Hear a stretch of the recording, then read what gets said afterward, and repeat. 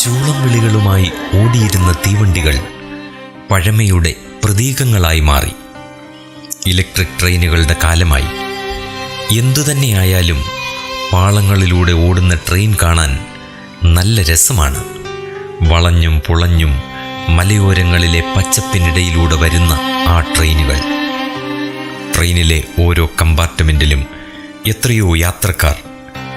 വിവിധ സ്റ്റേഷനുകളിൽ നിന്ന് യാത്ര ആരംഭിക്കുന്നവർ. ഓരോരുത്തർക്കും ഇറങ്ങേണ്ട സ്ഥലവും വ്യത്യസ്തമാണ്. പ്രതീക്ഷകളുടെ ഭാരം പേറി യാത്ര ചെയ്യുന്നവരാണ് ഏറെപ്പേരും. യാത്രക്കിടയിൽ സൗഹൃദങ്ങളുണ്ടാകുന്നു, പങ്കുവയ്ക്കലുകളുണ്ടാകുന്നു, ചെറിയ സഹായങ്ങൾ, ചെറുപിണക്കങ്ങൾ. ഇങ്ങനെയൊക്കെ ഓരോ തീവണ്ടി യാത്രകളും മനോഹരമാകുന്നു. മറ്റൊരു യാത്രാ സംവിധാനങ്ങളും ഇത്രയേറെ ആസ്വാദ്യകരമാകാറില്ല. കാഴ്ചകൾ കണ്ടും വിശ്രമിച്ചും കൊച്ചുവർത്തമാനങ്ങൾ പറഞ്ഞും ചിരിച്ചും ചിന്തിപ്പിച്ചുമുള്ള യാത്രകൾ. ഇത്ര വലിയ തീവണ്ടി ചെറിയ പാളങ്ങളിലൂടെ ഓടുമ്പോൾ അത് ഒരു അത്ഭുതം തന്നെയാണ്. ട്രെയിനിൽ ഒരു എഞ്ചിൻ ഡ്രൈവർ ഉണ്ടാകും.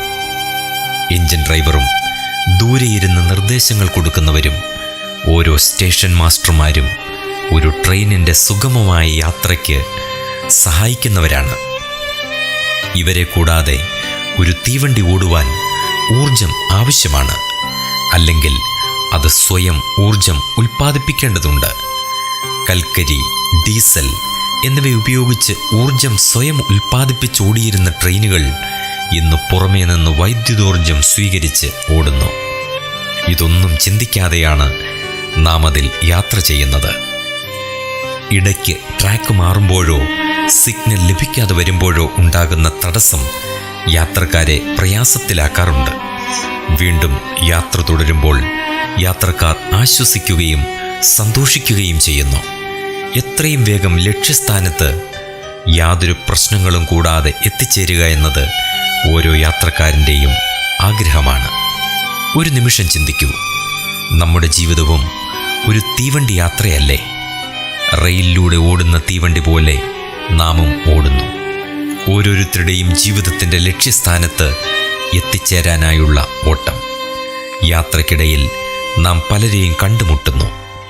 സൗഹൃദങ്ങളുണ്ടാകുന്നു, പിണക്കങ്ങൾ ഉണ്ടാകുന്നു, പ്രയാസങ്ങൾ, വിഷമങ്ങൾ, ഇവയെല്ലാം ജീവിത തീവണ്ടിയിലും ഉണ്ടാകാറുണ്ട്.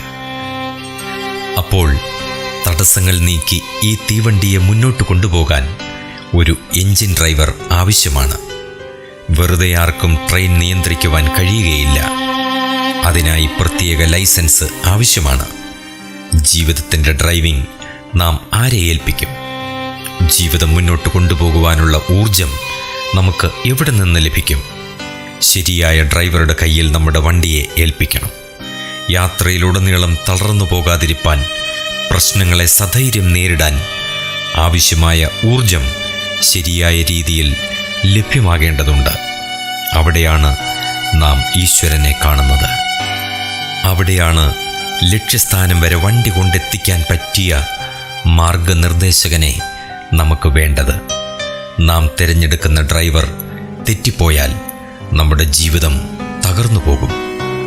സുഖദുഃഖ സമ്മിശ്രമായ ചെറിയ ഇണക്കപ്പിണക്കങ്ങളോടുകൂടിയ ഈ മനോഹര ജീവിതം ശരിയായ എഞ്ചിൻ ഡ്രൈവറിനാൽ നിയന്ത്രിക്കപ്പെട്ട് മുന്നോട്ടോടാനുള്ള ജീവിതം ശരിയായ രീതിയിൽ ലഭിക്കേണ്ടതിന് ഈശ്വരനിൽ, പ്രപഞ്ച സൃഷ്ടിതാവായ സർവശക്തനായ ദൈവത്തിൽ നമ്മുടെ ജീവിതത്തിൻ്റെ ചാവി ഏൽപ്പിക്കാം.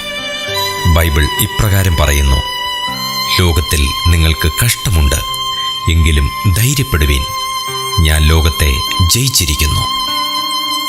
ലോകാവസാനത്തോളം എല്ലാ നാളും ഞാൻ നിങ്ങളോട് കൂടെയുണ്ട്.